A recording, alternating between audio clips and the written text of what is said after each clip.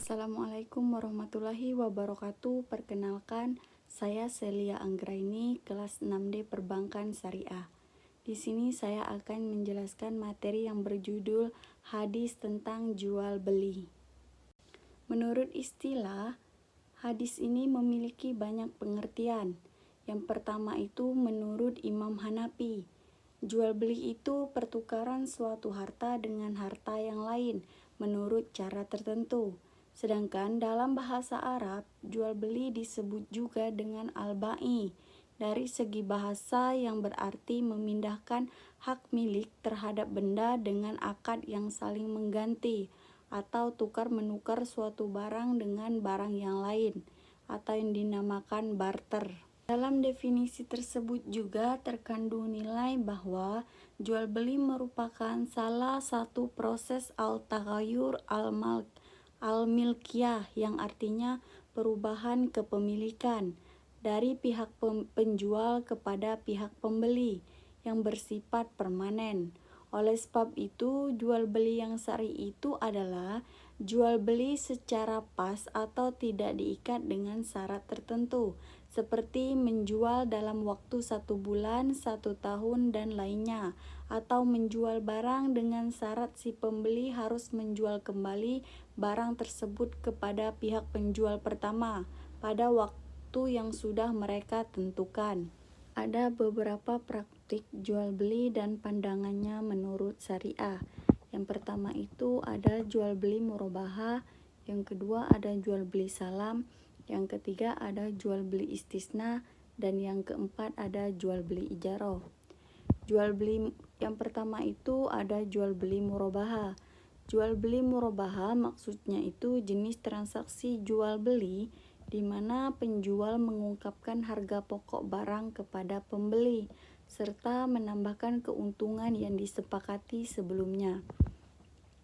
Jadi dalam konsep murabahah ini, seorang pembeli menambahkan keuntungan, kemudian pembeli mengetahui dengan jelas biaya pokok barang serta keuntungan yang akan diperoleh oleh penjual. Yang kedua itu ada jual beli salam. Jual beli salam ini merupakan jenis transaksi jual beli yang dilakukan dengan cara pembayaran di muka untuk barang yang akan diserahkan pada masa yang akan datang.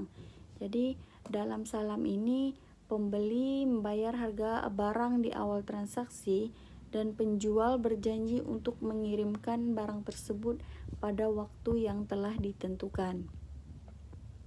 Yang ketiga ada jual beli istisna. Jual beli istisna ini merupakan jenis transaksi jual beli yang melibatkan pemesanan barang terlebih dahulu, atau dalam istisna ini pembeli memberikan pesanan kepada penjual untuk membuat barang dengan spesifikasi tertentu.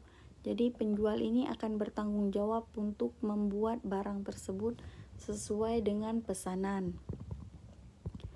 Yang keempat ada jual beli ijarah.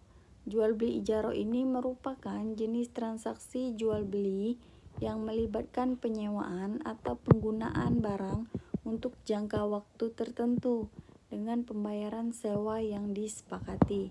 Di dalam ijarah ini, penyewa atau pembeli membayar sewa kepada pemilik atau penjual untuk menggunakan barang yang disewakan selama jangka waktu yang telah ditentukan.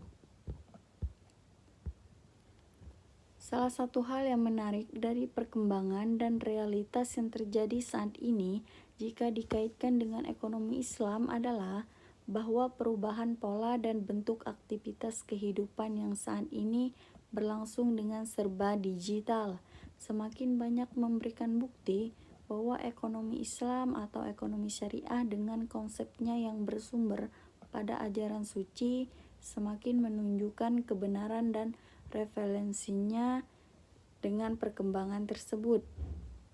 Begitu juga dengan jual beli yang dulunya ketika seseorang ingin membeli suatu barang harus datang ke tempatnya. Di era modern ini jual beli dilakukan secara online. Adapun jual beli online merupakan jual beli barang melalui jasa media internet atau elektronik. Contohnya aplikasi penjualan Shopee, Lazada, dan lain-lain. Ada prinsip-prinsip dalam jual beli. Yang pertama itu larangan menawar barang yang sudah ditawar oleh orang lain.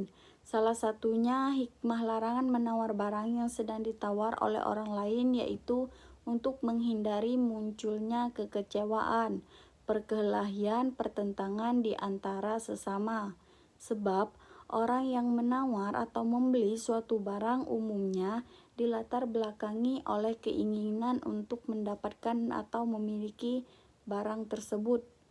Yang kedua itu, sesuatu yang diperjualbelikan adalah sesuatu yang mubah atau boleh, dan bukan sesuatu yang larangan menjual barang yang diharamkan tersebut, tidak hanya secara zat atau benda, tapi juga larangan memakan hasil penjualnya. Yang ketiga itu menghindari praktek perjudian dalam sistem jual beli, yang pada saat ini praktek perjudian atau maisir dalam sistem jual beli semakin banyak ditemukan, baik di pasar-pasar tradisional maupun pasar-pasar modern seperti di mal-mal besar. Teknik dan strateginya semakin beragam, bahkan dengan menggunakan peralatan canggih seperti komputer dan mesin-mesin judi. Ada juga sebagian penjual yang menjual barang dagangannya dengan cara melemparkan batu, gelang, dan sejenisnya atau dengan memasukkan koin dalam mesin yang sudah disiapkan.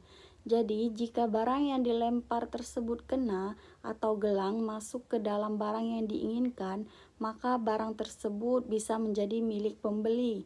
Namun, jika sebaliknya, maka si pembeli kehilangan uangnya tanpa mendapatkan barang tersebut. Praktek semacam ini termasuk kategori perjudian yang dikemas dalam bentuk jual beli. Hal ini diharamkan baik berdasarkan ayat Al-Quran maupun hadis. Selain 3 prinsip di atas, masih banyak lagi prinsip-prinsip dan etika yang harus diperhatikan, sehingga sebuah praktik jual beli menjadi sah sesuai dengan ajaran agama Islam, antara lain menghindari berbagai bentuk penipuan dan kecurangan, tidak transparan menzolimi konsumen atau pembeli seperti menimbun barang sehingga menyebabkan kelangkaan barang di pasaran dan menyulitkan masyarakat untuk mendapatkannya, atau mematokkan harga dengan harga yang tinggi di saat masyarakat membutuhkannya. Kemudian melakukan praktek yang membahayakan. Syarat jual beli di dalam syariah.